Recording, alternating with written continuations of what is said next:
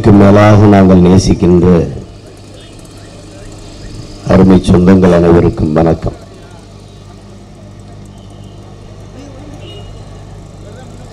தேர்தல்களையே சந்தித்து வந்த நாம் ஒரு மாறுதலை உருவாக்க வேண்டும், ஏற்படுத்த வேண்டும் என்பதற்காக உங்கள் பிள்ளைகள் இந்த தேர்தலை எதிர்கொள்கிறோம்.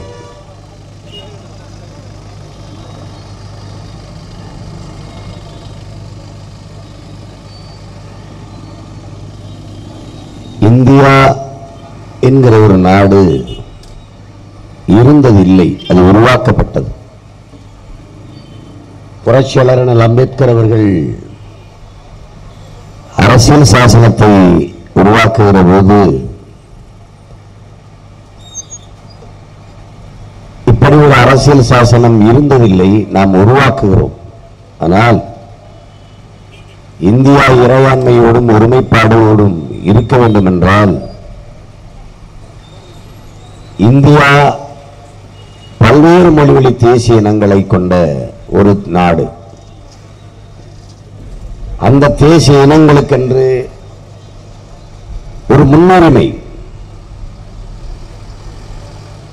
இருக்கும்போதுதான் இந்தியா இறையாண்மையோடும் ஒருமைப்பாடோடும் இருக்கும் என்று அறிவுறுத்துகிறார். விடுதலை பெற்ற 70 ஆண்டு கால 72 ஆண்டு கால இந்தியா இன்றைக்கு அடுத்து இந்த நாட்டை ஆளப்போற பிரதமர் யார் என்கிற நிலையிலே நாம் தேர்தலை எதிர்கொள்கிறோம். நமக்கு முன்பு நிற்கிற இருவர், ஒருவராக சிறந்த பிரதமர் ஐயா நரேந்திர மோடி, இன்னொருவர் அதிலும் சிறந்த ராகுல் காந்தி. இந்த இருவரில் எவர்? இந்த இருவரையும் தேர்வு செய்யக்கூடாது என்பதுதான் நாம் தமிழர் கட்சி நம்முடைய நிலைப்பாடு. இவர்கள் எல்லாம் பேசுவார்கள், நரேந்திர மோடியா ராகுல் காந்தியா என்று கொண்டாந்து நிறுத்துகிறார்கள்.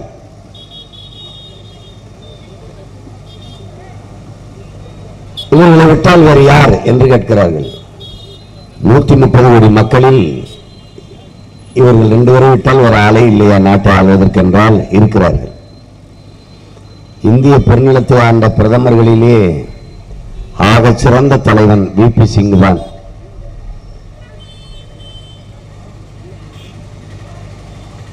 இதுபோல போட்டியிட்டு வந்தவர் அல்ல அவர். இந்த 2 பேரும் இல்லாத ஒரு யார் ஆழ்வா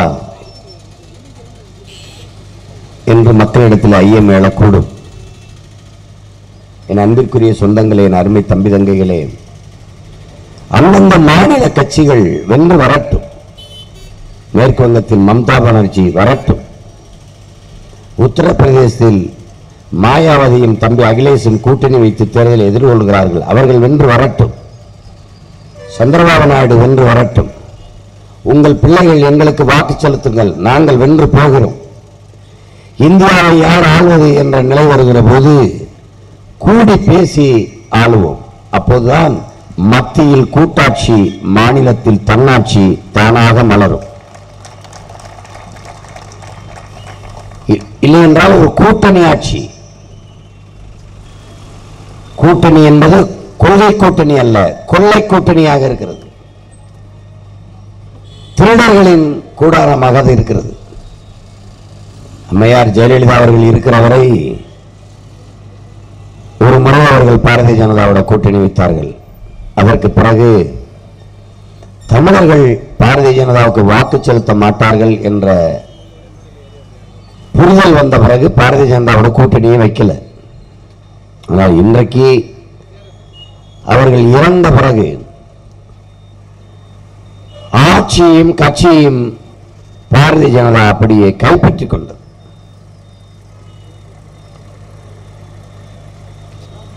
அவர்கள் நினைப்பதுதான் இங்கே நடந்து கொண்டிருக்கிறது. அண்ணல் அம்பேத்கர் பேரில் இருக்கிற சட்ட பல்கலைக்கழகத்துக்கு அவர்கள் தான் துணைவேந்தரை நியமிக்கிறார்கள். அண்ணா பல்கலைக்கழகத்துக்கு அவர்களே துணைவேந்தர்களை நியமிக்கிறார்கள். இசை கல்லூரிக்கு அவர்களே துணைவேந்தரை நியமிக்கிறார்கள். மாவட்ட ஆட்சியர், உயர் காவல்துறை அதிகாரி, எல்லா பொறுப்புகளையும் அவர்களே நியமிக்கிறார்கள். அதிகாரத்தை தன்மையப்படுத்திக் கொண்டு தாங்கள் நினைப்பதையெல்லாம் சாதிக்க முடியும், சாதிக்க வேண்டும் என்று நினைக்கிறார்கள். என் அன்பு சொந்தங்களிடத்திலே, என் அருமை உறவுகளிடத்திலே உங்கள் பிள்ளைகள் நாங்கள் எழுப்புகிற கேள்வி, இந்த இந்திய கட்சிகள், குறிப்பாக பாரதிய ஜனதா, காங்கிரஸ், இந்த கட்சிகள் நமக்கு எதற்காக என்று நீங்கள் கேள்வி எழுப்பி பார்க்கணும். இதுவரை தமிழர் நிலத்திற்கு, தமிழ்நாட்டிற்கு எந்த இடத்தில் எதற்காக இவர்கள் உண்மையோடும் உரிமையோடும் நின்றிருக்கிறார்கள் என்று நீங்கள் யோசிச்சு பார்க்கணும். தமிழ் மொழி செத்து போனது, அதை காப்பாற்ற அவர்கள் நின்றிருக்கிறார்களா?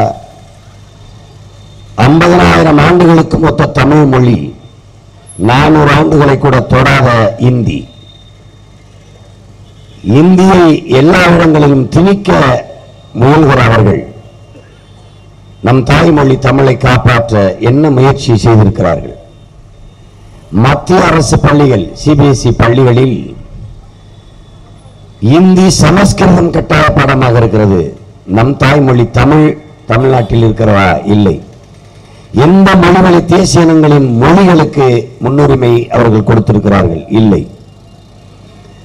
தமிழர்கள் இழந்து நிற்கிற உரிமை, கச்சத்தீவு மீட்பு. கச்சத்தீவு நமக்கு என்று கடல் எல்லை அளந்தால் அதிகம், சிங்களர்களுக்கு என்று கடல் எல்லை அளந்தால் அவர்களுக்கு அதிகம். நாம் எல்லை தாண்டி போகிறோம், எல்லை தாண்டி போகிறோம் என்று நம்மை சுட்டுக் கொள்கிறார்கள், வலைகளை அறுக்கிறார்கள், படகுகளை பறிக்கிறார்கள், நம் மீனவ சொந்தங்களை சிறைபிடித்து சித்திரவதை செய்கிறார்கள். இதை தடுக்க காங்கிரஸ் ஆட்சி செய்த முயற்சி, பாரதிய ஜனதா அரசு செஞ்ச முயற்சி ஒன்றும் இல்லை. நமது தம்பி பிரிட்சோ அவர்கள், நம் மீனவ தம்பி சுட்டுக் கொல்லப்பட்டான். அதற்கு ஒரு கண்டனத்தையாவது மத்தியில் ஆளுகிற காங்கிரஸ், பாரதிய ஜனதா ஆட்சி எழுப்பியதென்றால் இல்லை. இதுவரை 840 மீனவர்கள் கொல்லப்பட்டிருக்கிறார்கள். அதற்கு இந்த கட்சிகள் ஆட்சிகளினுடைய கண்டனம் ஏதாவது இருக்கிறதா என்றால் இல்லை. சொந்த நாட்டு மக்களை சுட்டுக் கொள்கிற ஒரு நாட்டை தன் நட்பு நாடு என்று சொல்கிற நாடு உலகத்திலே நமது நாடு இந்தியா மட்டும்தான். ஏன்? சாபவன் தமிழன் என்பதால் தமிழனுடைய உயிருக்கு ஒரு மதிப்பும் இல்லை என்பதால் அவர்கள் நம்மை தொடர்ச்சியாக அவமானப்படுத்திக் கொண்டிருக்கிறார்கள். நன்பிற்குரிய சொந்தங்களே, இத்தாலி கடற்படை வீரர்கள் கேரளாவிலிருந்து மீன்பிடிக்க சென்ற 2 மீனவர்களை சுட்டுக் கொண்டு விடுகிறார்கள். உடனே அந்த நாட்டு அரசு, கேரள அரசு, அந்த கடற்படை வீரர்களை கைது செய்து சிறைப்படுத்துகிறது. 2 மீனவர்களுக்கும் 2 கோடி தண்டம் விதித்து அந்த கடற்படை வீரர்களுக்கு 2 கோடியை வாங்கி 2 மீனவ குடும்பங்களுக்கும் இழப்பீடாக கொடுக்கிறது, நஷ்டஈடாக கொடுக்கிறது. இந்திய பாராளுமன்றத்தில் இந்த மீனவர்கள் படுகொலையை பற்றி பேசுகிறார்கள். இத்தாலியில் தேர்தல் நடக்கிற போது இந்த ராணுவ வீரர்களை அனுப்புங்கள், அவர்கள் வாக்கு செலுத்திவிட்டு திருப்பி வந்து விடுவார்கள் என்று இத்தாலிய அரசு சொல்கிறது. அதை நம்பி இந்திய அரசு அனுப்புகிறது. அங்கு சென்ற இந்த இத்தாலி கடற்படை வீரர்கள் திரும்பி அனுப்பப்படவில்லை, வரவில்லை. இது குறித்து இந்திய பாராளுமன்றத்தில் பேசப்படுகிறது. அப்போது நாட்டின் பிரதமர் ஐயா மன்மோகன் சிங் அவர்கள், அப்போது மரியாதையாக இந்த ராணுவ வீரர்களை திருப்பி அனுப்புகிறீர்களா, கடற்படை வீரர்களை திருப்பி அனுப்புகிறீர்களா, இல்லை பெரும் விளைவை நீங்கள் சந்திக்க நேரிடும் என்று இந்திய நாட்டின் பிரதமர் மிரட்டுகிறார், அச்சுறுத்துகிறார். ஆனால் எங்களை 840 மீனவ சொந்தங்களை எங்களை சுட்டுக் கொன்ற இலங்கை கடற்படை ராணுவத்திற்கு அதே பிரதமருடைய ஆட்சி, இன்றைக்கு இருக்கிற ஐயா நரேந்திர மோடி அவர்களுடைய ஆட்சி ராணுவ வீரர்களுக்கு தர மேம்பாட்டு பயிற்சி, தர கூட்டு பயிற்சி, கப்பல் இலவசம், ராணுவ கப்பல் இலவசம், பல கோடிக்கணக்கான கோடிகள் வட்டியின்றி கடன் இப்படி கொடுத்து உதவுகிறது. சொந்த நாட்டு மக்களை சுட்டுக் கொள்பவனுக்கு துப்பாக்கியும் தோட்டாவும் கொடுத்த ஒரு நாடு இருக்கிறது என்றால் அது இந்திய நாடுதான், இந்திய அரசு தான். இந்த ஆட்சியாளர்கள் தான் இப்போதும் நம்மிடத்திலே வாக்கு கேட்டு வருகிறார்கள். என் அருமை சொந்தங்கள், இதை தெளிவாக தெரிந்து கொள்ள வேண்டும். நரேந்திர மோடி இல்லை என்றால், ராகுல் காந்தி இல்லை என்றால் இந்தியாவை ஆள்வது யார் என்று நினைக்கலாம். ஏன் உங்களில் ஒருவர் இந்த நாட்டை ஆளக்கூடாதா? 130 கோடி மக்களில் ஒருவன் கூட இந்த நாட்டை ஆள்வதற்கு தகுதி பெற்றவன் இல்லையா? ராகுல் காந்தியும் நரேந்திர மோடியும் விட்டால் ஆள் இல்லையா? இந்தியாவை யார் ஆள்வது என்று கூடி பேசி ஆளுகிற நிலை என்று வருகிறதோ அன்றுதான் இந்தியா இந்தியாவாக இருக்கும், ஒருமைப்பாடோடு இருக்கும், நாட்டு மக்களின் நலன் பாதுகாக்கப்படும், நாடு நல்ல வழியில் நல்ல பாதையில் பயணிக்கும். ஒற்றை கட்சி ஆட்சி முறை, பாரதிய ஜனதா ஆள்வது, இல்லை என்றால் காங்கிரஸ் ஆள்வது, இது ஒரு சர்வாதிகார போக்கை இந்த மண்ணிலே விதைத்துவிடும். எல்லா அதிகாரங்களும் மோடியின் கையிலே, எல்லா அதிகாரங்களும் ராகுல் காந்தி கையிலே என்பது சர்வாதிகார போக்கை உருவாக்கிவிடும். அவர்கள் நினைத்ததுதான் சரி. ஒரே நாளில் பணம் செல்லாது என்று ஐயா நரேந்திர மோடி அறிவித்து விட்டார். அந்த அதிகாரத்தை யார் கொடுத்தது? பாராளுமன்றத்தில் விவாதிக்கப்பட்டதா? பணம் மதிப்பிழப்பு, பணம் செல்லாது என்றால் அதனால் என்னென்ன நன்மை தீமைகள் என்று பேசப்பட்டதா? நவம்பர் 8 ஒரு நள்ளிரவில் பணம் செல்லாது என்று ஒரே நாளில் சொல்லிவிட்டு வெளிநாடு சென்று விட்டார். இது எப்படி இருப்பது? பணம் செல்லாததற்கு அவர்கள் சொன்ன காரணம் என்ன? ஊழல் அங்கு ஒளிந்துவிடும் என்றார்கள், தீவிரவாதம் ஒளிந்துவிடும் என்றார்கள், கருப்பு பணம் ஒளிந்துவிடும் என்றார்கள். ஒளிந்ததா? ஊழல் லஞ்சம் ஒளிந்ததா? இப்போது பாரதிய ஜனதா இந்த கட்சிகளோடு கூட்டணி வைத்திருக்கிறார்கள், அதிமுக போன்ற கட்சிகளோடு. இவர்கள் தான் சொன்னார்கள் ஊழல் கட்சி அதிமுக என்று, ஊழல் ஆட்சி அதிமுக என்று. எதற்காக அதனோடு கூட்டணி வைத்தார்கள்? ஊழல் லஞ்சத்தை ஒழிப்போம் என்று சொன்ன பாரதிய ஜனதா ஓட்டுக்கு காசு கொடுக்குமா கொடுக்காத? அதன் கூட்டணியில் இருக்கிற கட்சிகள் கொடுக்குமா கொடுக்காத? அப்படி கொடுப்பதை இவர்கள் தடுப்பார்களா? தடுக்க முடியுமா? ஒரு தொகுதிக்கு 50 கோடி என்று ஒதுக்குகிறார்களே, அந்த பணம் எங்கிருந்து வந்தது? யாருடைய பணம்?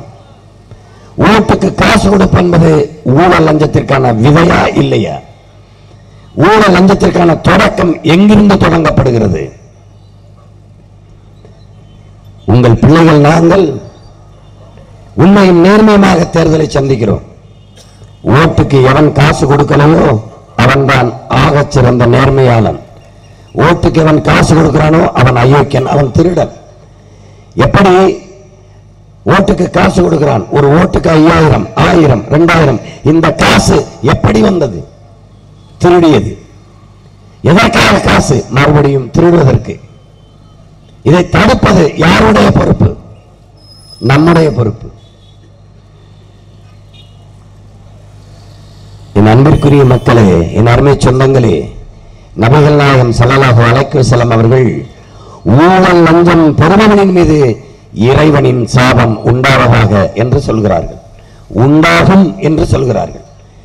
ஆனால் ஊழல் லஞ்சம் எம் மக்கள் பெறவில்லை என்றாலும் பெறுகிற இவர்களுக்கு திரும்ப திரும்ப வாக்கு செலுத்துவது என்பது மிகப்பெரிய ஆபத்தானது, மிகப்பெரிய பாவம். அந்த பாவத்தை நீங்கள் தொடர்ச்சியாக செய்வதை நிறுத்திக் கொள்ள வேண்டும். இந்த நாட்டை வழிநடத்த வேண்டிய பொறுப்பு ஒவ்வொரு குடிமகனுக்கும் இருக்கிறது. ஒரு பாவத்தை நோக்கி நம் தேசம் போய்கொண்டிருக்கிறது என்பதை கற்றறிந்த இளைஞர்கள் புரிந்து கொள்ள வேண்டும். பல லட்சக்கணக்கான இளைஞர்கள் படித்துவிட்டு வேலை வாய்ப்பற்று வீதியிலே திரிகிற நிலைமை. என் அன்பிற்குரிய சொந்தங்களே, பாலுக்கு அழாத குழந்தை, கல்விக்கு ஏங்காத மாணவன், வேலைக்கு அழகாத இளைஞன், இதுதான் என் கனவு இந்தியா என்று அடிமை இந்தியாவில் விடுதலைக்கு புரட்சி செய்த புரட்சியாளன் பகத்சிங் ஒரு புரட்சிகர முழக்கத்தை முன்வைத்தார். ஆனால் விடுதலை பெற்ற 72 ஆண்டு கால இந்தியாவில் இன்றும் இந்த முழக்கத்திற்கான தேவை இன்னும் இருக்கிறது என்றால் இதை எப்படி பார்ப்பது? நாட்டின் பிரதமர் நரேந்திர மோடி அவர்கள் 2022 எல்லோருக்கும் வீடு என்று சொல்கிறார்கள். அப்படி என்றால் இத்தனை ஆண்டுகளில் வீடற்றவர்கள் இன்னும் இந்த தேசத்தில் இருக்கிறார்கள் என்று பொருள். ஆனால் இவர்கள் வீடு இல்லாத இருப்பவர்களை கழிவறை கட்டி வாழுங்கள் என்று அறிவுறுத்துவது எப்படிப்பட்ட ஒரு மரத்தனம் என்பதை என் அன்பு மக்கள் புரிந்து கொள்ள வேண்டும். உங்கள் பிள்ளைகள் நாங்கள் தேர்தலில் போட்டியிடுகிற போது நீங்கள் கேஷ்லெஸ் எக்கனாமிக்கு வந்துவிட்டீர்கள். கேஷ்லெஸ் எக்கனாமிக், சிம்பல்லஸ் எலெக்ஷனுக்கு வாருங்கள் என்று நாங்கள் கேட்டோம். எங்களுக்கு விவசாய சின்னத்தை கொடுத்திருக்கிறார்கள், வேண்டாம். திமுக உதயசூரியன் சின்னம் வேண்டாம், அதிமுக ரெட்டலை சின்னம் வேண்டாம்.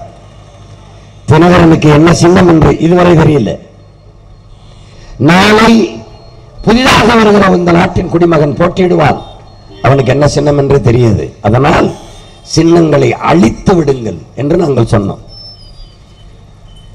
அமெரிக்கா போல என் முறைக்கு வாருங்கள், எனக்கு 101, அவருக்கு 201, அவருக்கு 301 என்று சின்னங்களுக்கு பதிலாக எண்களை கொடுங்கள் என்று கேட்டோம்.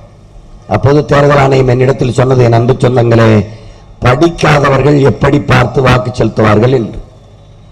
உங்கள் பிள்ளை நான் கேட்டேன், 72 ஆண்டு கால விடுதலை பெற்ற இந்தியாவில் எல்லோரையும் படிக்க வைக்காமல் என்ன புடுங்கிக் கொண்டிருந்தீர்கள் என்று கேட்டேன். நீயே சொல்ற எல்லாரும் படிக்கலன்னு, எல்லாருக்கும் கல்வி போய் சேரலன்னு. கல்வி போய் சேர பல ஆயிரம் குடும்பங்களுக்கு வீடு இல்ல, பல ஆயிரம் கிராமங்களுக்கு மின்சாரம் இல்ல. மின்சாரம் இல்லாத கிராம மக்களை மின்னணு பரிமாற்றத்திற்கு வா, மின்னணு பரிமாற்றத்திற்கு வா என்கிறாய். Cashless economy. படிக்காத மக்களை தனக்கான தலைவனை நீ தேர்வு செய்கிறாய். கல்வி அறிவற்றவன் தனக்கான தலைவனை எப்படி தேர்வு செய்வான்? பதில் இல்லை. வீடற்றவன் எப்படி கழிவறை கட்டி போவான்? பதில் இல்லை. ஒரு குறிப்பிட்ட விழுக்காட்டு மக்கள் வாழ்வதையோ சாவதையோ பற்றி கவலைப்படாத என் தேசத்தின் தலைவர்கள், அதை பத்தி கவலை இல்லை. நீ வாழும் வாழாம போ. யாரை பற்றி கவலை? பெரும் முதலாளிகள், அதானி அம்பானி போன்ற, மல்லவா போன்ற, நீரவ் மோடி போன்ற பெரும் முதலாளிகளை பற்றி கவலை. 11,000 கோடியை கொண்டுகிட்டு நீரவ் மோடி போயிட்டான். 6,000 கோடிக்கு மேல கொண்டுகிட்டு விஜய் மல்லையா ஓடிட்டான், தப்பி போயிட்டான். என் அன்பிற்குரிய சொந்தங்களே, இந்த ஆட்சியாளர்களுக்கு தெரியாமல் இவர்கள் வெளிநாட்டுக்கு சென்றார்களா? பதில் உண்டா? ஆனால் அவர்களை கைது செய்து கொண்டு வர நடவடிக்கை எடுத்துக் கொண்டிருக்கிறோம். யார்? இந்த அரசுகள். தப்பி போக விட்டது யார்? உங்கள் ஆட்சி, உங்கள் அதிகாரம். வானூர்தியில் ஏறும்போது அவர் கடவுச்சீட்டை பார்க்கலையா? பாஸ்போர்ட்டை. இது விஜய் மல்லையா? இது நீரவ் மோடி தெரியாதா? எல்லாத்தையும் சோதிக்கிற அதிகாரிகளுக்கு தெரியாதா? தப்பிக்க விட்டது யார்? இவர்களை போல ஒரு ஏமாற்றுக்காரர்களை நீங்கள் எந்த காலத்திலும் பார்க்க முடியாது. உங்கள் பிள்ளைகள் மாற்றம் வரும் என்று காத்திருக்கிற பிள்ளைகள் அல்ல, மாற்றத்தை உருவாக்க வந்த பிள்ளைகள். காலம் வரும், நமக்கென்று ஒரு காலம் வரும் என்று காத்திருக்க வந்தவர்கள் அல்ல, நமக்கான காலத்தை உருவாக்க வந்தவர்கள். இதை நன்கு நீங்கள் விளங்கிக் கொள்ள வேண்டும். சீமான் வென்று, இந்த தங்கை வென்று இந்தியாவில் போய் பாராளுமன்றத்தில் என்ன செய்வாள் என்று நீங்க நினைக்கலாம். நாங்கள் தான் இந்தியாவை காப்பாற்ற போகிற திட்டங்களை கொண்டிருக்கிறவர்கள். என் அன்பிற்குரிய சொந்தங்களே, அருமை மக்களே, தென்னாப்பிரிக்காவில் கேப்டவுன் என்கிற ஒரு நகர் நீரற்ற நகரமாக அறிவிக்கப்பட்டிருக்கிறது. நீர் இல்லை, அவ்வளவுதான். 1 லிட்டர் தண்ணீர் 6000 ரூபாய். அந்த நிலைக்கு என் தாயின் மீதும் என் தமிழின் மீதும் என் உயிருக்கு மேலாக நான் நேசிக்கின்ற என் தலைவன் மீதும் ஆணையிட்டு உறுதியிட்டு சத்தியம் செய்து சொல்கிறேன், நீங்கள் விரைவில் வரப்போகிறீர்கள். அன்றைக்கு இந்த மகன் உங்களுக்கு நினைவில் வருவான். அன்னைக்கே ஒருவன் வீதியில் நின்று பேசினானே, தண்ணி இல்லாம போயிரும் வரும். 24 மாவட்டங்கள் தமிழகத்தின் வறட்சி மாவட்டங்களாக அறிவிக்கப்பட்டிருக்கிறது. தமிழ்நாடு அரசு வறட்சி என்றால் என்ன? நீர் இல்லை. நீரின்றி அமையாத உலகு எனின் யார் யாருக்கும் வானின்றி அமையாத ஒழுக்கு. இது தமிழருடைய வேதம் உலகிற்கு கற்பித்தது. என் அன்பிற்குரிய மக்களே, காரை பற்றி கவலைப்படுகிற ஆட்சியாளர்கள் இருக்கிறார்கள். நீரை சோரை பற்றி கவலைப்படுகிற ஆட்சியாளர்கள் இல்லை. உலகத்திலேயே உங்கள் பிள்ளைகள் நாங்கள் மட்டும்தான் நீரை பற்றியும் சோரை பற்றியும் கவலைப்பட்டுக் கொண்டிருக்கிறோம். இந்த நாட்டில் 130 கோடி மக்களுக்கு கார் கொடுப்பதற்கு அரசு திட்டம் வைத்திருக்கிறது. நீரையும் சோரையும் கொடுப்பதற்கு திட்டம் இல்லை. ஒரு நாள் நீரற்ற நாடு, நீரற்ற நகரம், நீரற்ற மாநிலம் என்று அறிவித்துவிட்டு ஆட்சியாளர்கள் அரை மணி நேரத்தில் வானூர்தியில் ஏறி வெளிநாட்டுக்கு தப்பி ஓடி விடுவார்கள். நீங்கள் என்ன செய்வீர்கள்? என்ன செய்வீர்கள்? அறிவார்ந்த மக்கள், என் அன்பிற்குரிய சொந்தங்கள், கற்றறிந்த இளைஞர்கள், நீர் என்பது வெறும் மனித தேவை மட்டும்தானா என்று என்றைக்காவது நீங்கள் யோசித்து பார்த்ததுண்டா? நீர் என்பது உயிர்களின் உயிர் தேவை, மிக அத்தியாவசியமான தேவை. மனிதனுக்கு மட்டுமானதல்ல தண்ணீர்.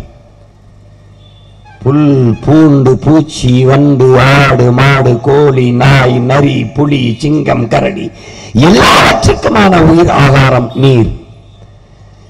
மனிதர்கள் நாம் தண்ணி இல்லை. ஒரு கடையில் சென்று எனக்கு ஒரு லிட்டர் தண்ணீர் கொடுங்கள், ஒரு போத்தல் கொடுங்கள், ஒரு அக்கோஃபனா கொடுங்கள், ஒரு கிண்லே கொடுங்கள், ஒரு அப்பளோ கொடுங்கள் என்று ஒரு போத்தலை வாங்கி குடித்து விட்டு செல்கிறோம். ஆனால் பூச்சி, ஆனால் வண்டு, அதே நேரம் காக்கை, ஒரு குருவி, ஒரு சிட்டு, ஒரு வௌவால், ஒரு மைனா, ஒரு கழுகு, ஒரு பருந்து இவையெல்லாம் என்ன செய்யும் என்று என்றைக்காவது நீங்கள் சிந்தித்ததுண்டா? இல்லை. இந்த நாட்டை ஆளுகிற தலைவர்கள் சிந்தித்ததுண்டா? இல்லை. உலகத்திலேயே ஒரே ஒரு அரசியல் பேர் இயக்கம் இதை பற்றி சிந்தித்து பேசுகிறது என்றால் அது நாம் தமிழர் கட்சி மட்டும்தான். ஏன் பேசுகிறது? என் மக்களின் மீது, என் மண்ணின் மீது பேரன்பு கொண்டு, பெருங்காதல் கொண்டு நாங்கள் நேசிப்பதால் அதை பேசுகிறது. பூச்சி இல்லாது, வண்டு இல்லாது, சிட்டு இல்லாது, பறவைகள் இல்லாது உயிர் பெருக்கம் இருக்காது.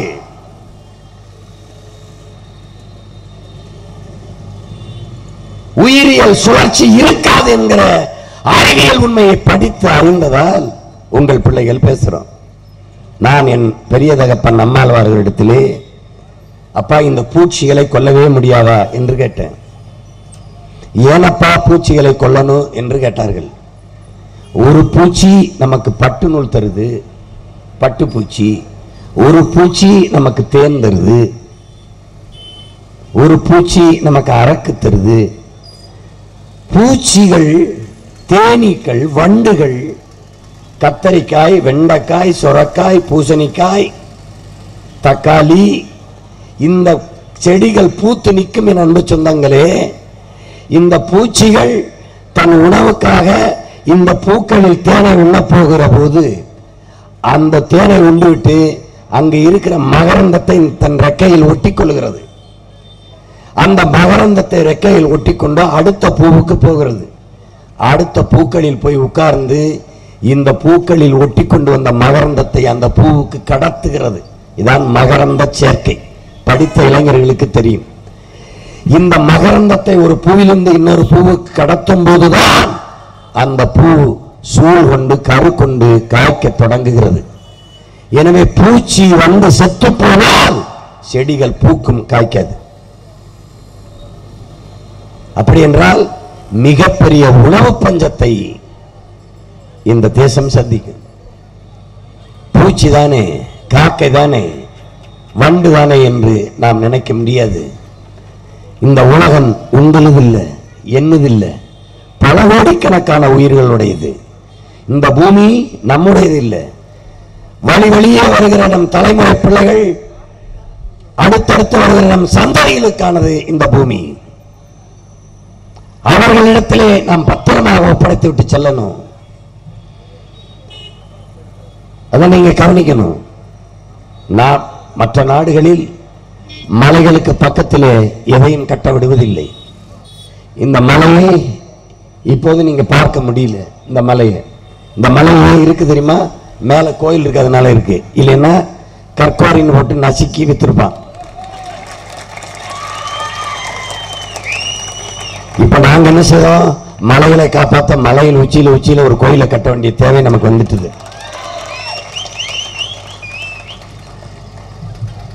இது மலை என்று நினைக்கிறது, ஒரு கற்களாலான மலை நினைக்கிறான். இயற்கை இந்த பூமிக்கு தந்திருக்கிற பெரும் கொடைய மலைதான். இந்த மலை இல்லை என்றால் மலைகள் இல்லை, மழை பெய்யாது.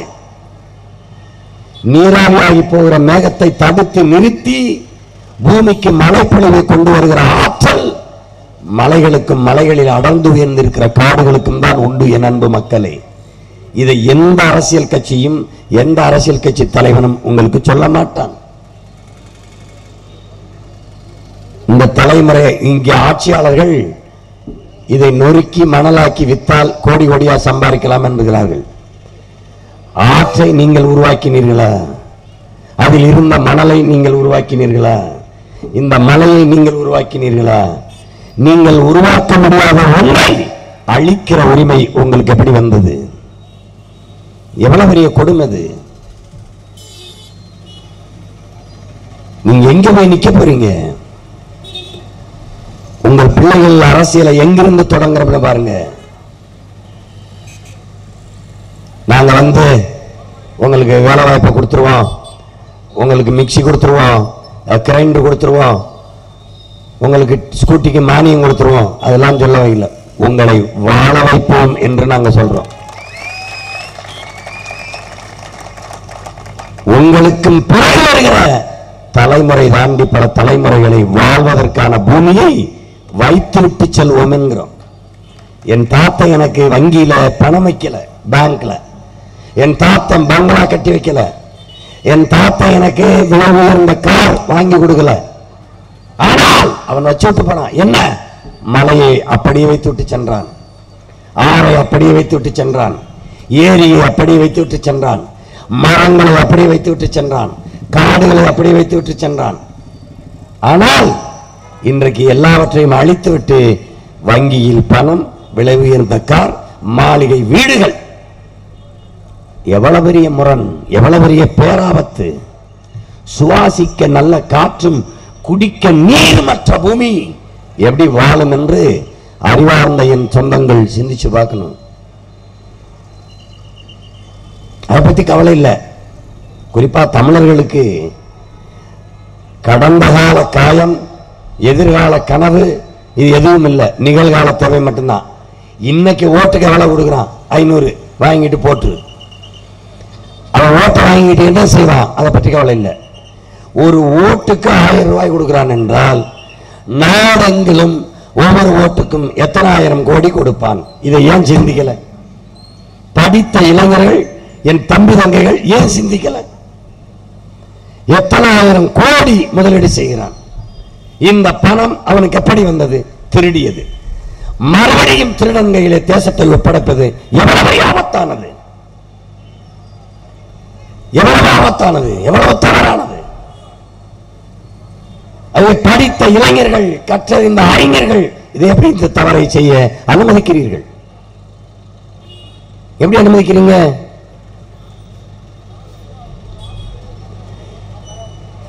என்ன கேட்கிறாங்க? பணம் இல்லாம எப்படி தேர்தலை சந்திக்கிற? ஓட்டுக்கு நீ காசு கொடுக்காம எப்படி வெல்லுவ? திமுக அதிமுக எப்படி வீழ்த்துவ? ஓட்டுக்கு காசு கொடுக்காமல் உண்மையும் நேர்மையுமாக என்னை இந்த தேர்தலை எதிர்கொண்டால் எங்களை அவர்கள் எப்போதும் ஜெயிக்க முடியாது. அதான் உண்மை. ஓட்டுக்கு காசு கொடுக்காமல் என்றால் எங்களுக்கு வாக்கு செலுத்த வேண்டிய தேவைதான் என் மக்களுக்கு இருக்கு. நாங்கள் தான் உலகத்தின் பொதுமைக்கான புதிய அரசியலை, தூய அரசியலை முன்வைக்கிறோம். உயிர்மை நேர அரசியலை முன்வைக்கிறோம். மற்ற உயிரினங்கள் வாழாது, அதில் ஒற்றை உயிரினமான மனிதர்கள் வாழ முடியாது என்கிற உயிரியல் உண்மையை அரசியல் தளத்தில் எடுத்து வைக்கிற ஒரே கட்சி இந்திய பெருநிலத்தில் நாம் தமிழர் கட்சி மட்டும்தான்.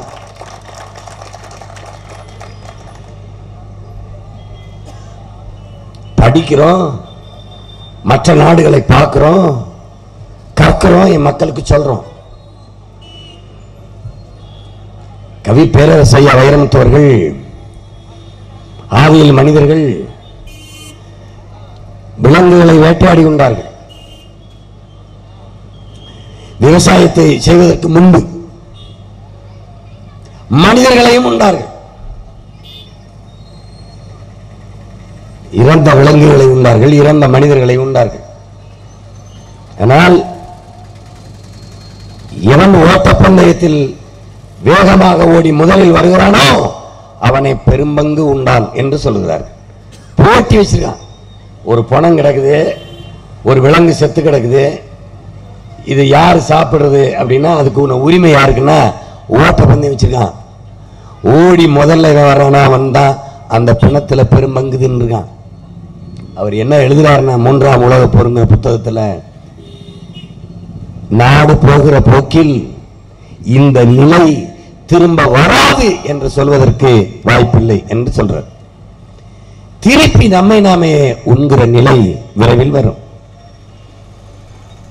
விவசாயிகள் செத்துக் கொண்டிருக்கிறார்கள். விவசாயத்தை விட்டு மக்கள் வெளியேறிக் கொண்டிருக்கிறார்கள்.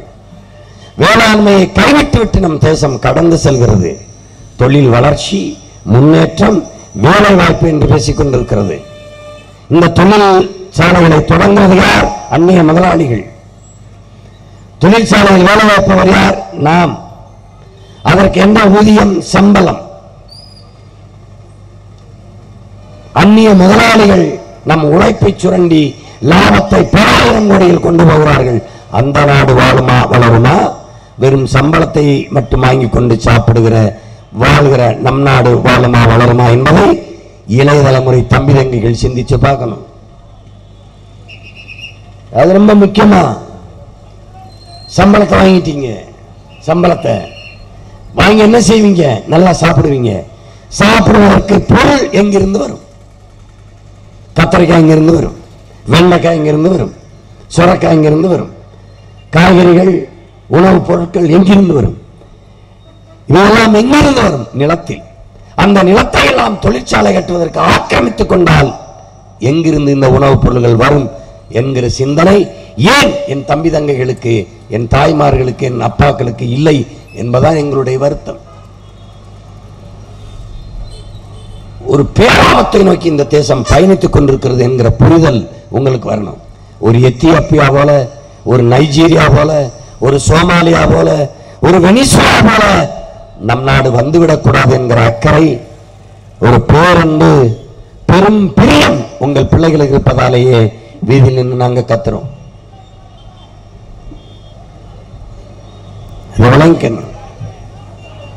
நான் பலமுறை பதிவு செய்திருக்கிறேன் அன்பு மக்களே, நான் உங்கள் ஓட்டுக்கானவர்கள் அல்ல, நாங்கள் இந்த நாட்டுக்கானவர்கள்.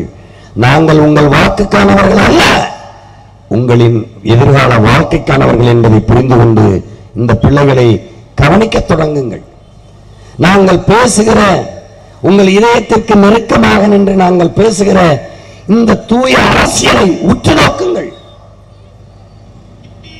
ஏன் நாங்கள் காடுகள், மலைகள், அருவிகள், ஏரிகள், குளங்கள், குட்டைகள், பூச்சிகள், வண்டுகள் என்று ஏன் பேசுகிறோம் என்ற புரிதலுக்கு நீங்கள் வாருங்கள்.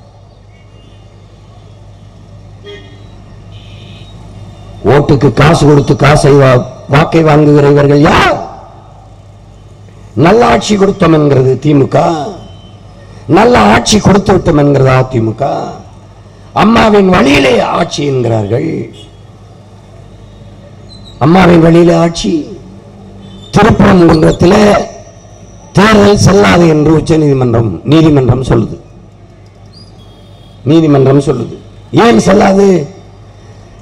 திருப்பரங்குன்றத்தின் வேட்பாளர் இறந்து போய்விட்டார், போஸ். அவர் போட்டியிடுவதற்கு அம்மையார் ஜெயலலிதாவால் கையெழுத்து போட முடியல, உடல்நிலை சரியில்லை.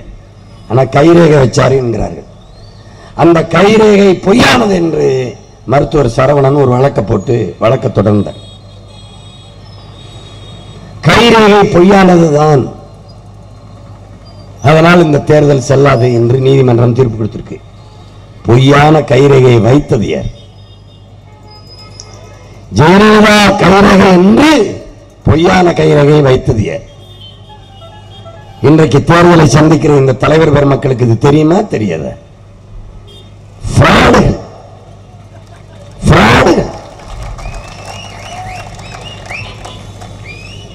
இவர்களிடத்தில் மறுபடி நாட்டை கொடுக்க போறீங்களா? ராகுல் காந்தி அவர் தலைவர், அவர் தங்கச்சி பொதுச் செயலாளர். இந்திய நாடு நேரு குடும்பத்திற்கு, இந்திரா காந்தி குடும்பத்துக்கு, ராஜீவ் காந்தி குடும்பத்துக்கு சொத்தா இந்திய நாடு? அவங்க ஃபேமிலி ப்ராப்பர்ட்டி அது. அவர் சொல்றாரு ஸ்டெல்லா மெரிஸ்ல பேசும்போது, நாங்கள் மீத்தேன் எடுக்கிற திட்டத்துக்கு நாங்க கையெழுத்து போட சொல்லல திமுகவை, அவங்களா போட்டுக்கொண்டார்கள் என்கிறார். பிளாட்டினம் அகழ்வாராய்ச்சிக்கு நாங்கள் கையெழுத்து போட சொல்லல, அவங்களை போட்டுக்கொண்டார்கள் என்று சொல்கிறார். அதற்கு திமுகவின் தலைவர் ஸ்டாலின் அவருடைய பதில் என்ன? இன்றைக்கு மீத்தேன் திட்டத்தை நாங்கள் தடுப்போம் என்று சொல்கிறீர்களே, மீத்தேன் திட்டத்தை கொண்டு வந்தது யார்? நீங்க தான். ஸ்டெர்லைட்டை மூடுவோம். ஸ்டெர்லைட்டை ஜெயலலிதா கருணாநிதிக்கு தெரியாம கொண்டு வந்து விட்டானா அனில் அகர்வால்? அணுலையை மூடுவோம். அணுலை கொண்டு வந்தது யார்? கச்சத்தீவை மீட்போம் கொடுக்கும் போது பேசாம இருந்தது யார்? இன்னுமா இந்த அயோக்கியர்களை, இந்த திருடர்களை, இந்த ஏமாற்றுக்காரர்களை நம்பிக்கொண்டிருக்கிறீர்கள்? எத்தனை தலைமுறைக்கு?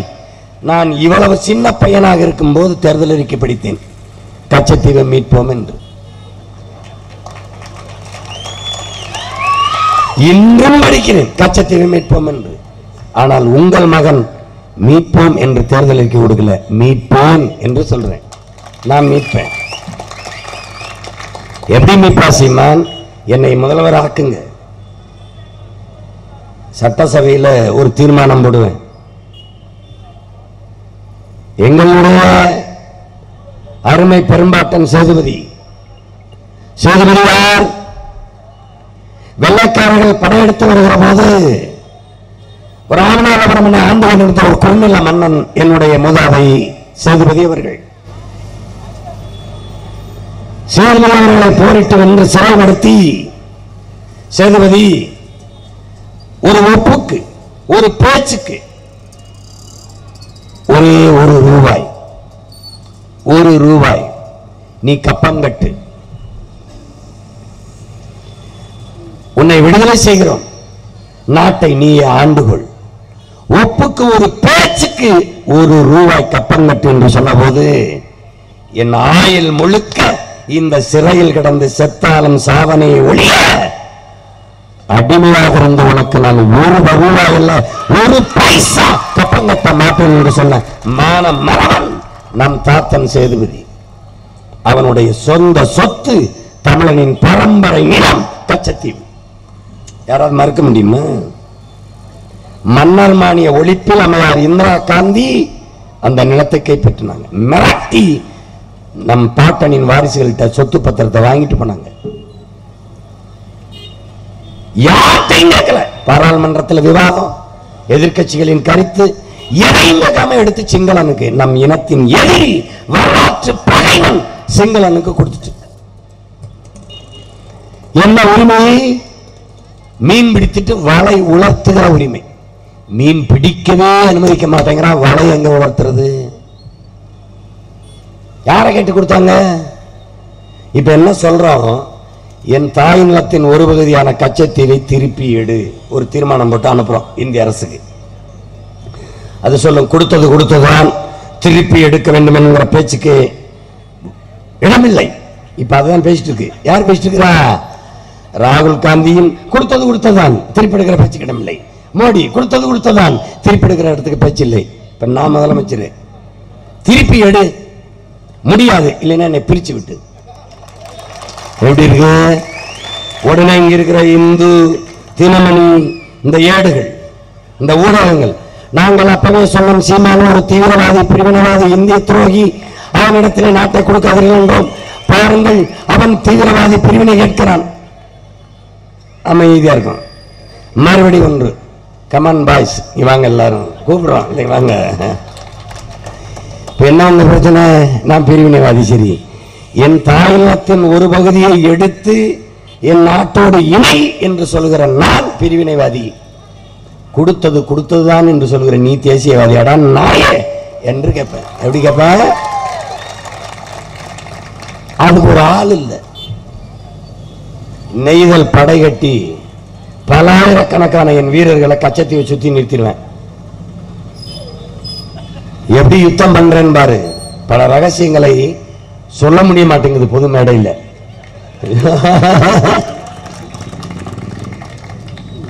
ஒரு தடவை கொடுத்து பாரு, என்னென்ன ஆட்டம் காட்டுறேன்னு பாரு.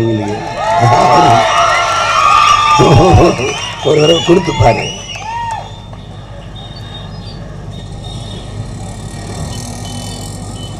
என்னைக்கு என் மக்களுக்கு நான் இங்க மாதிரி கேட்கிறான், இந்த நம்பிக்கையில் அதை வேலை செய்யறான்ட்டு.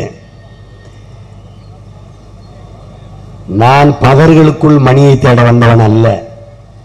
நானே உழுது விதைச்சு நல்ல நெல்மணிகளை அறுவடை செய்ய வந்தவன். நான் என் தம்பி தங்கைகளை நோக்கி பயணிச்சு போறேன். என் அப்பா அம்மாவை விட்டுட்டேன். நான் அவங்கள மாற்ற முடியாது. ஒருத்தர்லாம் சொல்றாரு, பேசுறதுதான் சரிதான், நான் திமுக அடிமைங்கிறார். தான் அடிமையா இருக்கிறது பெருமையா சொன்ன ஒரே தமிழன் அவன் தான். நான் திமுக அடிமை. இப்படி ஒரு கொடுமை, இப்படி ஒரு கொடுமை. எழுதி வச்சு படிக்கும் போதே தப்பு தப்பா படிக்கிற ஒருத்தனை தலைவனா தூக்கிக்கிட்டு ஒரு இதெல்லாம் உங்களுக்கு கொடுமை இல்லையா? நான் இந்த கனிமொழி தான் கொஞ்சம் அறிவான பிள்ளை நினைச்சுக்கிட்டு இருந்தேன். அது காலையில் பார்க்குற ஒரு கனிமொழியில 1 கோடியே 3000 கோடின்ட்டு அது. டேய், என்னங்க என்ன உங்க பிரச்சனை? என்னடா உங்களுக்கு பிரச்சனை? என்ன பிரச்சனை? ஏதோ ஒன்று நடக்குது. என் அன்பிற்குரிய மக்களுக்கு உங்கள் பிள்ளைகள் கற்பிப்பது, தனி மனித அபிமானங்களை விட்டு ஒழித்து நல்ல தத்துவங்களை தலைமையேற்ற அரசியல் செய்ய கற்றுக்கொள்ளுங்கள். எங்களுக்கு வாக்கு செலுத்துங்கள் என்று நான் கேட்கல. எது சரி என்று ஆய்ந்து தெளிந்து சிந்திச்சு வாக்கு செலுத்துங்கள். இந்த தேர்தல் களத்தில் ஆக சிறந்த கருத்துக்களை, ஒரு தூய அரசியல் தத்துவங்களை எவன் வைக்கிறான் என்று பாருங்கள். நாங்கள் சொல்லல, யார் வைக்கிறார்? யார் வைக்கிறார்? இவர்களாம் எதற்காக கூட்டணி வைக்கிறார்கள்? எதற்காக? பயம். மக்களை தனிச்சு சந்திக்க பயம். நாங்களே தனியா சந்திக்கிறோம். நேர்மை, உண்மை, சத்தியம். KGF ஒரு படம், கோலார் தங்கவயல் மையப்படுத்தி ஒரு படம். அந்த படத்தில் ஒரு அம்மா, ஒரு ஏழை தாய், அவனுடைய மகன் 5-6 பேரை கூட்டிட்டு போய் ஒருத்தனை அடிச்சிடலாம். படம் பார்க்கணும், நீங்க எல்லாம் பார்க்கணும். இந்த உரையாடல் என்னுடைய உரையாடல். அது ஓடி வந்து அவங்க பல பேர், இங்க பாரு, உன் மகன் என் பிள்ளையெல்லாம் கூட்டிட்டு போய் சண்டை போட்டுட்டான், நீ கண்டிச்சு வை அப்படின்னு. அந்த அம்மா கேட்குற, கூட்டமா பண்ணியாடா? இவங்கெல்லாம் கூட்டிட்டு பண்ணியா? ஆமாம்மா, அவன் ரொம்ப பேசினா, அதனால கூட்டிட்டு போய் அடிச்சேன். தனியா போ, தனியா போ.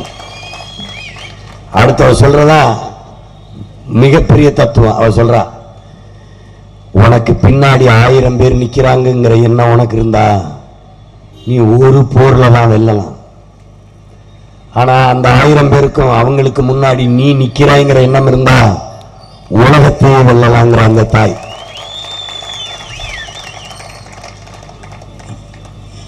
நான் என் மக்களுக்கு முன்னாடி, என் மக்கள் எனக்கு பின்னாடி, பல கோடிக்கணக்கான தமிழ் தேசிய மக்கள் இந்த பிள்ளைகளை நம்பி நிற்பார்கள், நிற்கப் போகிறார்கள். ஏனென்றால் எங்களை விட உண்மையும் நேர்மையுமான பிள்ளைகள் இனி இந்த மண்ணுக்கு வரப்போவதில்லை. இதுவரை வந்ததில்லை, இனிமேல் யாராவது வந்தாத்தான்.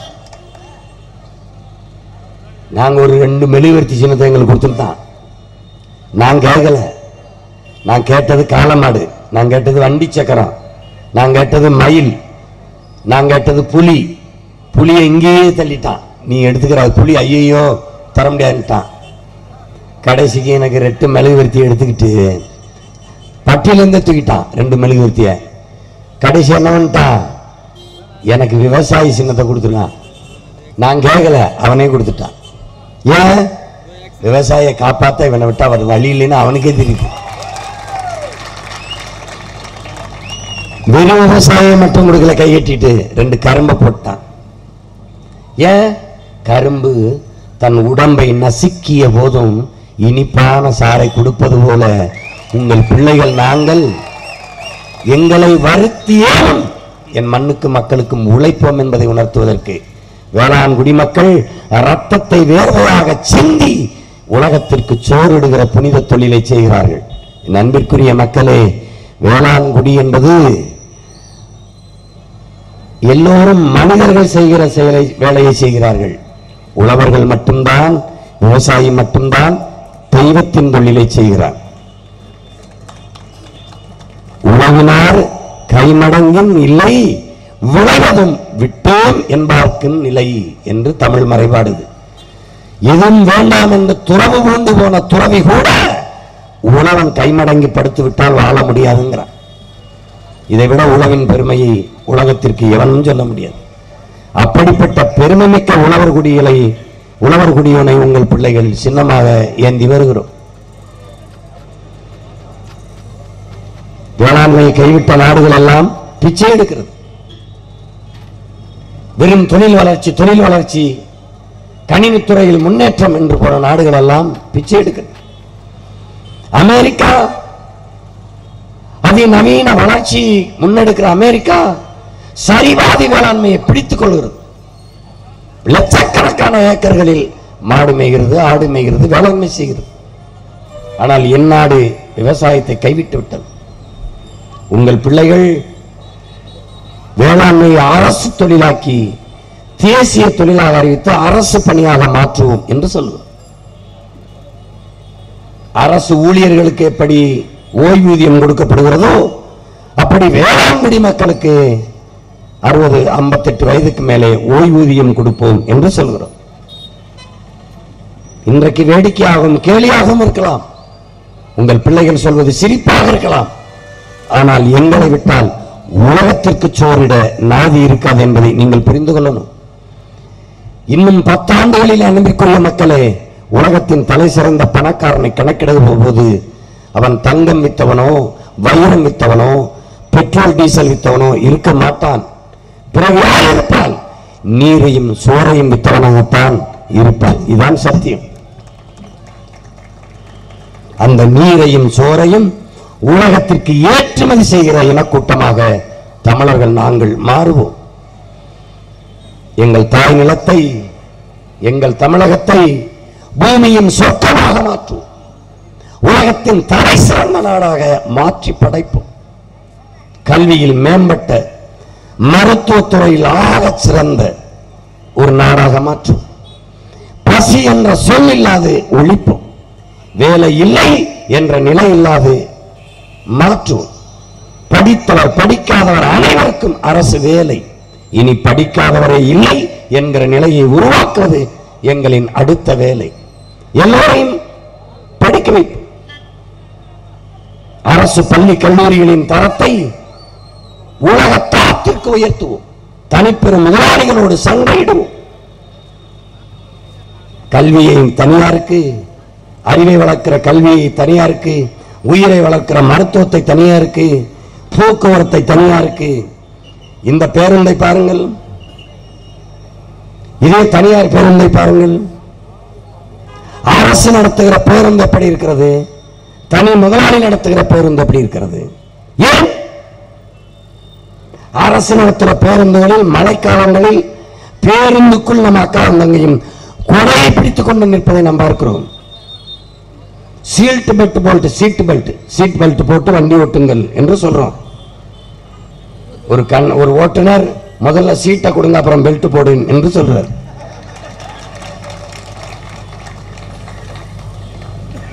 இந்த அளவுக்கு தரம் கட்டு அரசு பேருந்துகள் இருக்க காரணம் என்ன? உலகத்தில் அரசு நடத்துகிற எல்லா துறைகளும் ஆக சிறந்திருக்கிறது. ஆனால் என் நாட்டில் அரசு நடத்துகிற எல்லாம் தரம் கட்டு இருக்கிறது. அரசு பள்ளியில் வேலை செய்கிற ஆசிரியரோட பிள்ளைகள் படிப்பதில்லை. அரசு பள்ளிகள் கல்லூரிகளில் எந்த அமைச்சர் அதிகாரிகளின் பிள்ளைகளும் படிப்பதில்லை. ஏன்? தரமாக இல்லை.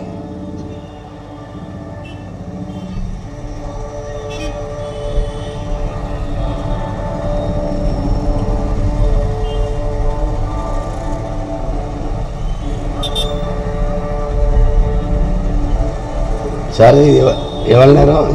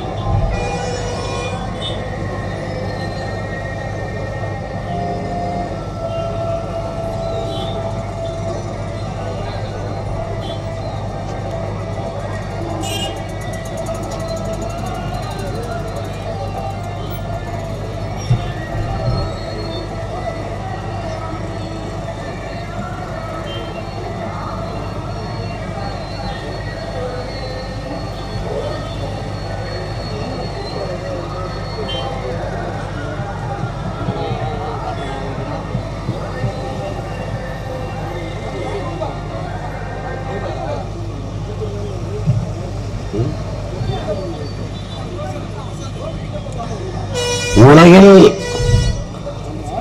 அரசு நடத்துகிற ஒவ்வொன்றும் மற்ற நாடுகளில் தரமாக இருக்கிறது. நமது நாட்டில் அப்படி இருக்கிறதா? அரசு வானூர்தியில் எந்த அமைச்சராவது பறந்து வந்து நீங்கள் கேட்டதுண்டா? அரசு பேருந்தில் யாராவது பயணித்து பார்த்ததுண்டா? அரசு மருத்துவமனையில் யாராவது படுத்து மருத்துவம் செய்து நீங்க பார்த்ததுண்டா? அம்மையார் ஜெயலலிதாவுக்கு உடல்நிலை சரியில்லை என்றால் தனியார் மருத்துவமனையான அப்பலோ, எம்ஜிஆருக்கு முடியவில்லை அப்பலோ, ஐயா கருணாநிதி அவர்களுக்கு முடியவில்லை காவிரி. அப்ப அரசு மருத்துவமனை யாருக்கு? அரசு நடத்துகிற மருத்துவமனையின் மீது, கல்லூரியின் மீது, பள்ளிகளின் மீது அரசை நடத்துகிறவர்களுக்கே நம்பிக்கை இல்லை என்றால் அது யாருக்கானது? உங்கள் பிள்ளைகள் நாங்கள் வருகிறோம். அரசை நடத்துபவன் முதலமைச்சன், அமைச்சர்கள், பாராளுமன்ற உறுப்பினர்கள், சட்டமன்ற உறுப்பினர்கள், மாமன்ற உறுப்பினர்கள், அதிகாரிகள் எவருக்கு உடல்நிலை சரியில்லை என்றாலும் அரசு மருத்துவமனையில் தான் படித்து மருத்துவம் செய்து கொள்ள வேண்டும். சட்டம். அவர்கள் பிள்ளைகள் அரசு பள்ளி கல்லூரியில் தான் படிக்க வேண்டும். சட்டம். மீறி தனியார் பள்ளிகளில் சேர்த்தால் பதவி விலக வேண்டும். அது சட்டம்.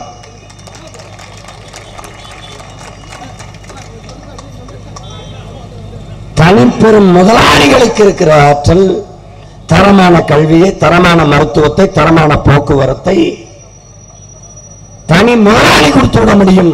8 கோடி மக்களால் நிறுவப்பட்ட ஒரு அரசால் கொடுக்க முடியாதா? இந்த கேள்விதான் நாம் எழுப்பி பார்க்கணும். இந்தியாங்கிற ஒரு நாடு, அது நாடு இல்ல, ஒரு சந்தை. சும்மா பேசிட்டு இருப்பான் நாடு நாடுன்னு. நாடு இல்ல, இது ஒரு பிக் மார்க்கெட், பெரிய சந்தை. எப்படி சந்தை? நீங்க தொலைக்காட்சி திருப்பி பாருங்க. ஒரு நொடிக்கு ஒருத்தர் வருவான், ஒரு டாக்டர், நான் இந்த பேஸ்டை ரெக்கமெண்ட் பண்ணுகிறேன், இந்த பேஸ்டில் பல் விளக்குங்கள். அவன் போய் இன்னொருத்தர் வந்து இந்த பேஸ்டில் விளக்குங்கள்மா. அப்புறம் இன்னொருத்தருவா இந்த எண்ணெயை போடுங்கள்மா.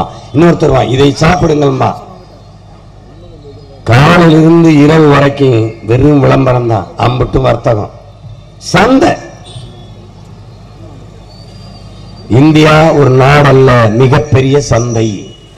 உள்நாட்டு வெளிநாட்டு பெரும் முதலாளிகள் உற்பத்தி செய்கிற பொருளை விற்கிற சந்தை.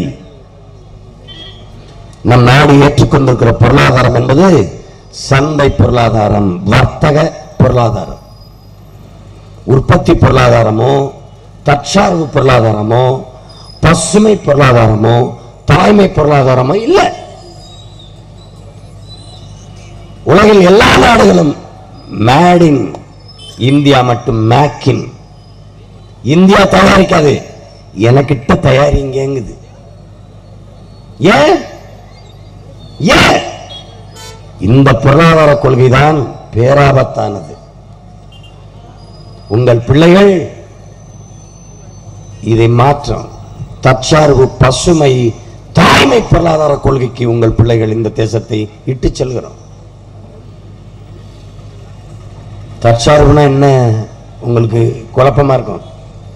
என் அப்பத்தா ஒரு பசுமாடு வச்சு 1 லிட்டர் பால் கறந்து அவளுக்கு 100 மில்லி பால் போக அந்த தெருவுக்கே வேண்டிய பாலை ஊற்றி விட்டு வர்றா. இதுதான் தற்சார்பு. நான் ஒரு முருங்கை மரம் வச்சு எனக்கு வேண்டிய சமையலுக்கு 2 முருங்கைக்காயை எடுத்துக்கிட்டு என் தெருவுக்கே முருங்கைக்காயை வித்துறேன். இதுதான் தற்சார்பு. இதை ஒழிக்க நினைக்கிறதா இன்றைய பொருளாதார கொள்கை.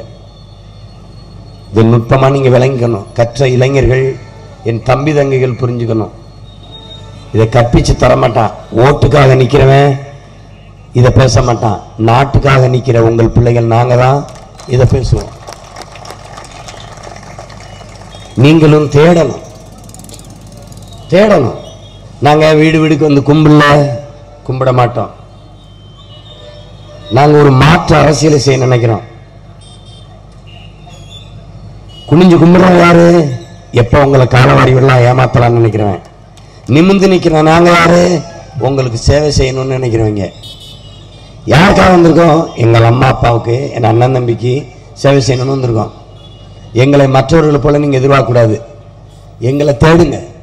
என்ன பேசுறான் சீமா, என்ன பேசுறான் அவன் தம்பிகள், அவன் பிள்ளைகள், நாம் தமிழர் கட்சி என்ன சொல்றாங்க? தேடுங்க. என் அக்கா தங்கச்சி தேடுங்க, என் அம்மா பெரியம்மா தேடுங்க. ஜவுளி கடைக்கு போறீங்க, ஜவுளி கடைக்கு எந்த கடைக்கு போனா நல்ல சேலை கிடைக்கும்னு உங்களுக்கு தெரிஞ்சு தேடி போறீங்க. அந்த ஜவுளி கடையில் போய் ஒரே நேரத்தில் சேலை எடுத்துட்டு வரல, 100 சேலை எடுத்து போட்டு ஒரு சேலை எடுக்கிறீங்க, புரட்டி புரட்டி பார்த்து.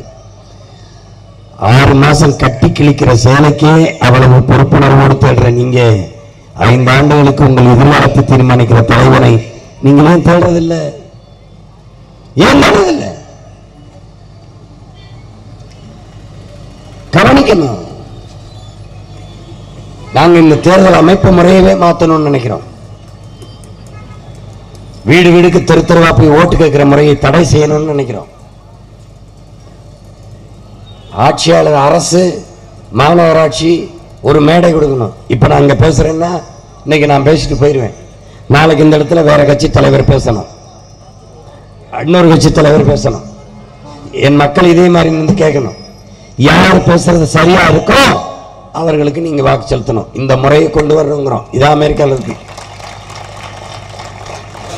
வீடு வீடுக்கு அப்படி போறது, ராத்திரியில் உட்கார்றது, ஆதார் அட்டை கொடுங்க, ஓட்டு இருக்கா, எத்தனை ஓட்டு, 5 பேர் எழுதிட்டு ஓட்டுக்கு காசை கொடுக்கறது. நான் நம்பியிருக்கேன் சாரதி, அவன்கிட்ட ஒருத்தன் பேசியிருக்கான் பரம்புக்குள்ள, எங்க ஊர்ல இருந்து ஒருத்தன், நான் உங்க அண்ணன் மாதிரி நான் முச்சந்திலிருந்து கத்திக்கிட்டு இருக்கிற ஆளுகளா நாங்க 2 நாள்ல உங்க சோழியை முடிச்சிருவோம்ன்றான். எப்படா முடிப்பீங்க? 16, 17 2 நாள். ராத்திரிக்குள்ள உங்க சோழியை முடிச்சிருவோம். என்ன பண்ணுவோம்? 50 கணக்கு எடுத்து காசை கொடுத்து முடிச்சு விட்டுருவோம். இந்த நம்பிக்கையில் தான் இவர்கள் கட்சி நடத்தி கொண்டிருக்கிறார்கள். இவங்க இதை மாத்த வேணாமா? நீங்க கேட்க வேணாமா? ஐயா ஸ்டாலின் சொல்றாங்க, நாங்கள் வந்தால் தமிழை ஆட்சி மொழியாக கொண்டு வருவோம். ஏற்கனவே வந்தபோது என்ன செஞ்சீர்கள்? பதில் இல்லை. நாங்கள் வந்தால் நீட் தேர்வை ரத்து செய்வோம். வந்தபோது என்ன செய்தீர்கள்? பதில் இல்லை. ஏமாற்று, வெற்று ஏமாற்று. எத்தனை காலத்துக்கு அன்பு மக்கள், அறிவார்ந்த என் சொந்தங்கள் தொடர்ச்சியாக ஏமாறப் போகிறீர்கள்? எனவேதான் உங்கள் பிள்ளைகள் மாற்று அரசியலுக்கு வாக்களியுங்கள், மான தமிழினத்திற்கு வாழ்வழியுங்கள் என்ற கோரிக்கையை முன்வைத்து வாக்கு கேட்டு வருகிறோம். என் அன்பிற்குரிய சொந்தங்களே,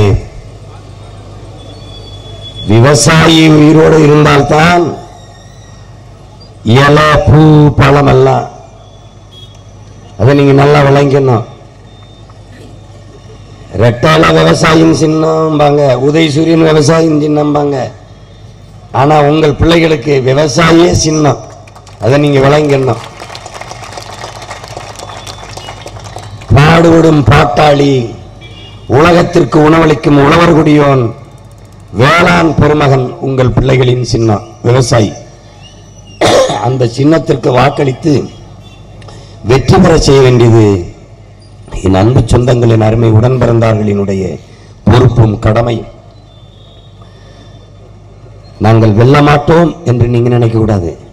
நீங்க வாக்கு செலுத்துங்கள், நாங்கள் தான் வெல்லுவோம் என்கிற உறுதியை உங்களுக்கு சொல்றோம். எங்களின் இலக்கு ஒன்றுதான், இனத்தின் விடுதலை. இனம் ஒன்றாவோம், இலக்கை வென்றாவோம். வெல்ல போரான் விவசாயி என்கிற புரட்சிகர முழக்கத்தை முன்வைத்து புதிய ஒரு தேசம் செய்வோம், மக்கள் புரட்சியால் அதை உறுதி செய்வோம் என்கிற லட்சிய முழக்கத்தை முன்வைத்து இந்த தேர்தலை நாங்கள் எதிர்கொள்கிறோம். இந்த நடக்க இருக்கிற இந்திய பாராளுமன்ற தேர்தலிலே என்னுடைய அன்பு தங்கை சிவரஞ்சனி அவர்கள் காஞ்சிபுரம் நாடாளுமன்ற வேட்பாளராக போட்டியிடுகிறார்கள். அவர்களுக்கு நீங்கள் விவசாயி சின்னத்திலே வாக்கு செலுத்தி வெற்றி பெற செய்ய வேண்டும். வெளிநாட்டில் வேலை செய்து கொண்டிருந்த பெண்ணை வரவழைத்து இந்த தேர்தலிலே போட்டியிட வைக்கிறோம். அவருடைய தந்தையார் நாம் தமிழர் கட்சியினுடைய தொழிற்சங்க பாசகனுடைய செயலாளராக இருந்து பணியாற்றுகிறார் தசரதன். அவருடைய அன்பு மகள் என்னுடைய அன்பு தங்கை சிவரஞ்சனி அவர்கள் சிறந்த கல்வியாளர். அந்த வேலையை விட்டுவிட்டு இந்த தேர்தலுக்காக வந்திருக்கிறார். உங்கள் பிள்ளைகள் எல்லாத்தையும் விட்டுவிட்டு உங்களுக்காக போராடி கொண்டிருக்கிறோம் என்கிற புரிதலோடு நீங்கள் விவசாய சின்னத்திற்கு வாக்கு செலுத்த வேண்டும். நடக்க இருக்கிற திருப்பூர் ஒரு சட்டமன்ற இடைத்தேர்தலில் என்னுடைய அன்பு தங்கை மோகன சுந்தரி அவர்களுக்கு நீங்கள் விவசாய சின்னத்திலே வாக்கு செலுத்தி அவர்களை வெற்றி பெற செய்ய வேண்டும். பணம் வைத்திருப்பவன் தான் அரசியல் செய்ய முடியும் என்கிற நிலையை மாற்றுங்கள். எளியவர்கள், பாமரர்கள், உண்மை நேர்மையாக மக்களுக்கு உழைக்க வேண்டும் என்கிற எண்ணம் கொண்டவர்கள் இந்த தேசத்தில் அரசியல் செய்து வெற்றி பெற முடியும் என்கிற புரட்சிகர மாற்றத்தை ஏற்படுத்த என் அன்பிற்குரிய சொந்தங்கள், நீங்கள் விவசாய சின்னத்திலே வாக்கு செலுத்தி உங்கள் பிள்ளைகள் எங்களை வெற்றி பெற செய்யுங்கள். நன்றி, வணக்கம். நாம் தமிழர்.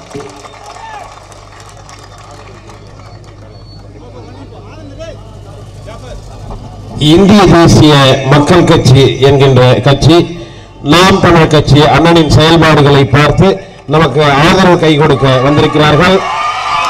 அதனுடைய மாநில தலைவர் முகமது ஹுசேன், மாநில துணைத் தலைவர் முத்தமிழ், மாநில ஒருங்கிணைப்பாளர்கள் திண்டுக்கல் தமிழ், மாரிமுத்து, தனபால், கலிமுல்லா ஆகியோர் இந்த மேடையிலே தங்களை நாம் தமிழர் கட்சிக்கு ஆதரவு கை கொடுக்க நம்மளோடு இணைகிறார்கள்.